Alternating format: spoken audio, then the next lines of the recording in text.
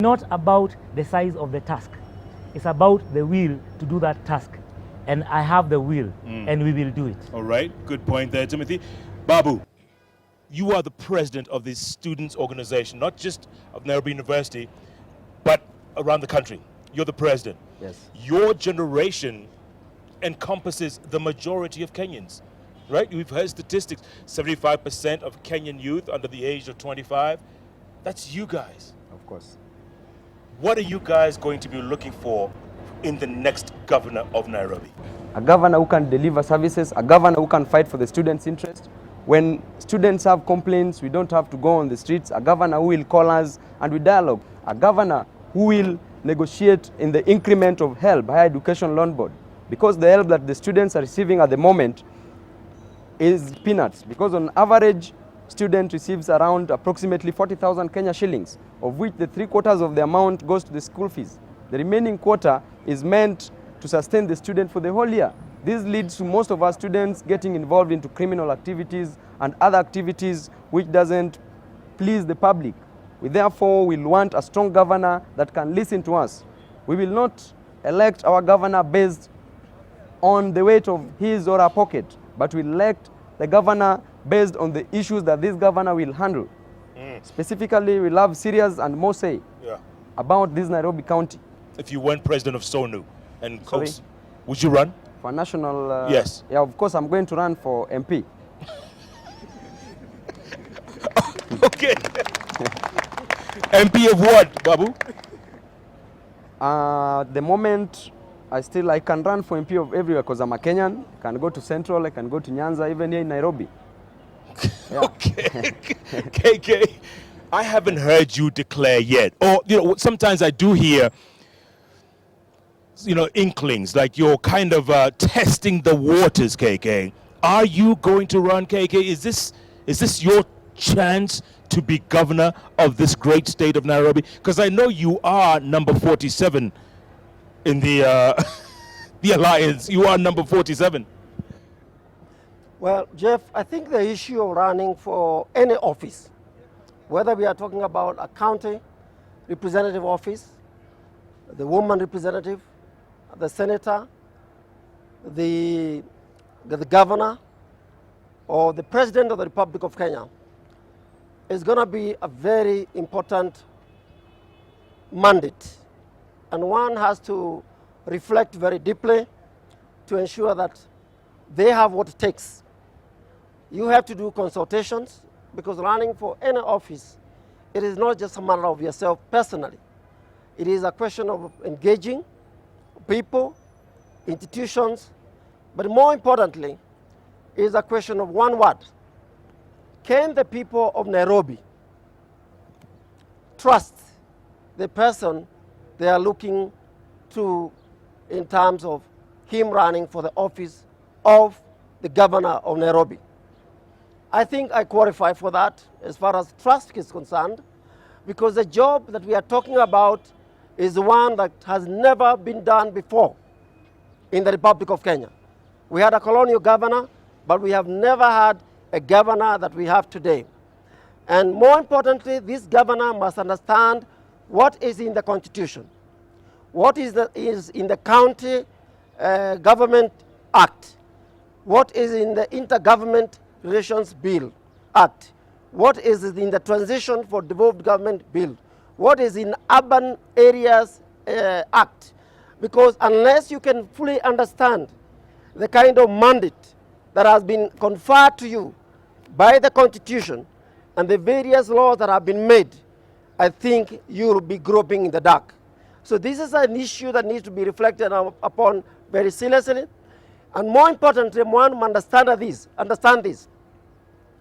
The governor of Nairobi is going to be the first among equals. Why is that?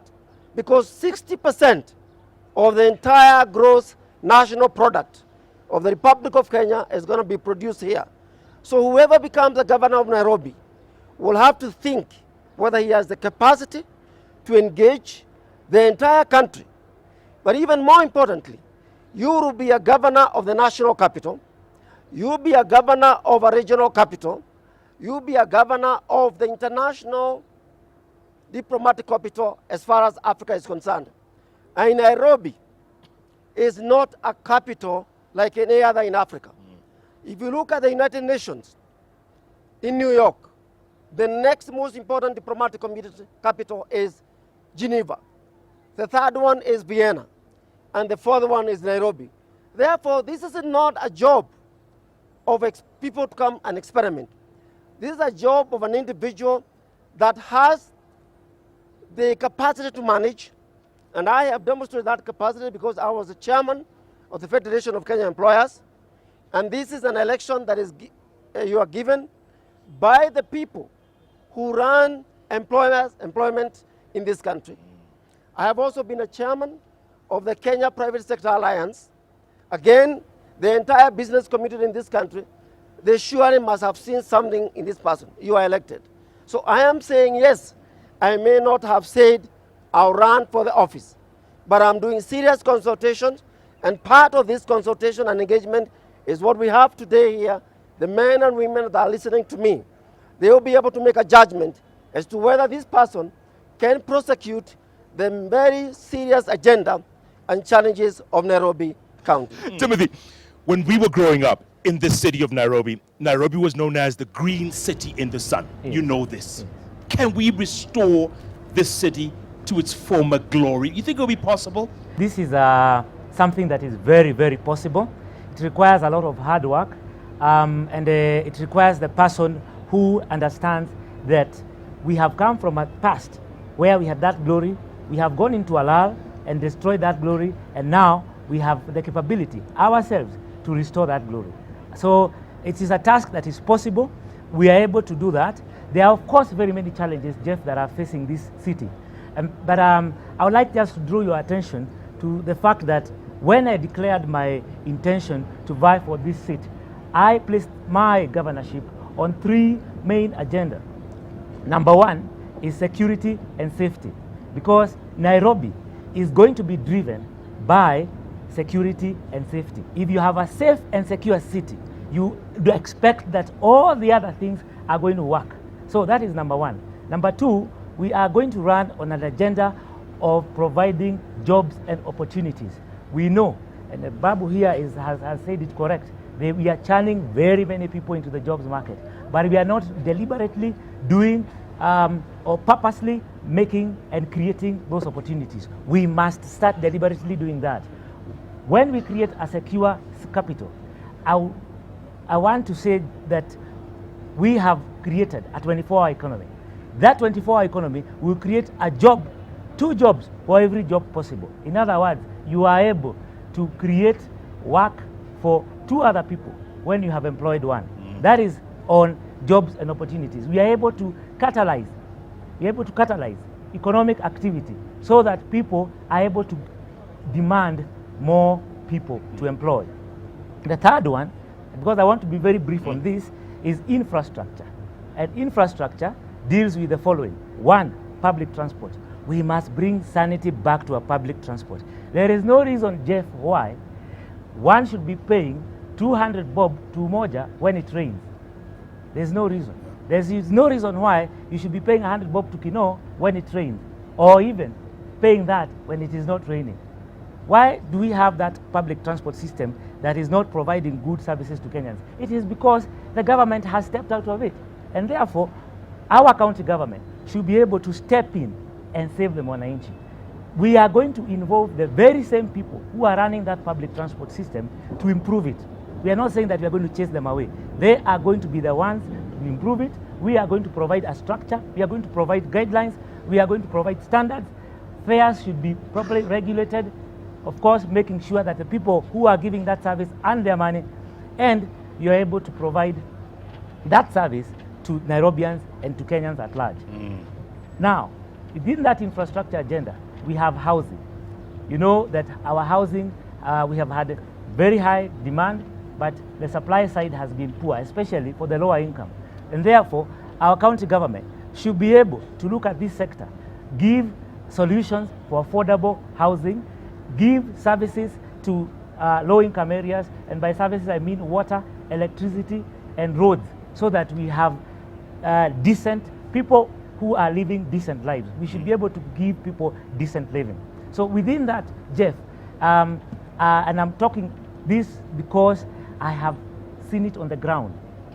I'm very certain that it comes, wananchi want services. They want practical services. It is not about theory. It is about practical services. If you talk about cleanliness, garbage collection, they want their garbage to be collected. If you talk about street lighting so that we are safe, they want to see the light. They do not want to be told how you get it. They want to see the light. They want the basics. They want the basics. Yeah. And you must be able to understand, and I'm sure the audience understands, that it is these basics. This is where we went wrong. We started theorizing too much. You want water, provide water. You want us to harvest water, we must harvest water.